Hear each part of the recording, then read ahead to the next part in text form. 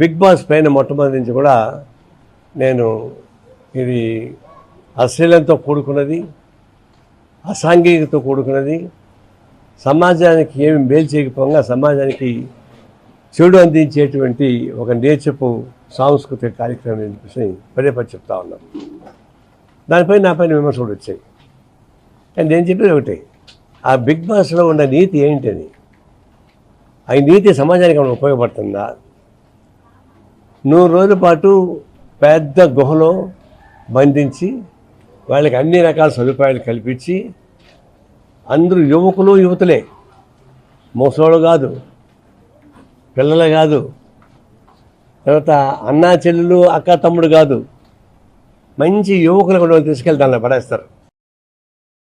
వాళ్ళకి అన్ని రకాల సౌకర్యాలు కల్పిస్తారు. మరి యువకులు అన్ని రకాల సౌకర్యాలు కల్పించారు, గుహలో పడేసి ఊరుకుంటారా?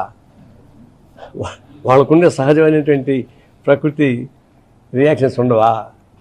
ఏం తప్పులు చేయరా? కొంత తప్పులే చేయరు అనుకుందాం. కానీ 100 రోజుల పాటు యువత ఒక గృహలో ఏం చేస్తున్నారని చెప్పేసి అనేటువంటి చర్చ రాదా? నేను ఎగ్జాంపుల్ చెప్పాను. ఇప్పుడు ఈ బైరాగపడ్డ ఉంది, ఈ హాల్ ఉంది, 20 మంది ఆడవాళ్ళ అమ్మాయిని తీసుకెళ్ళి లోపల తాళం వేసి పెడితే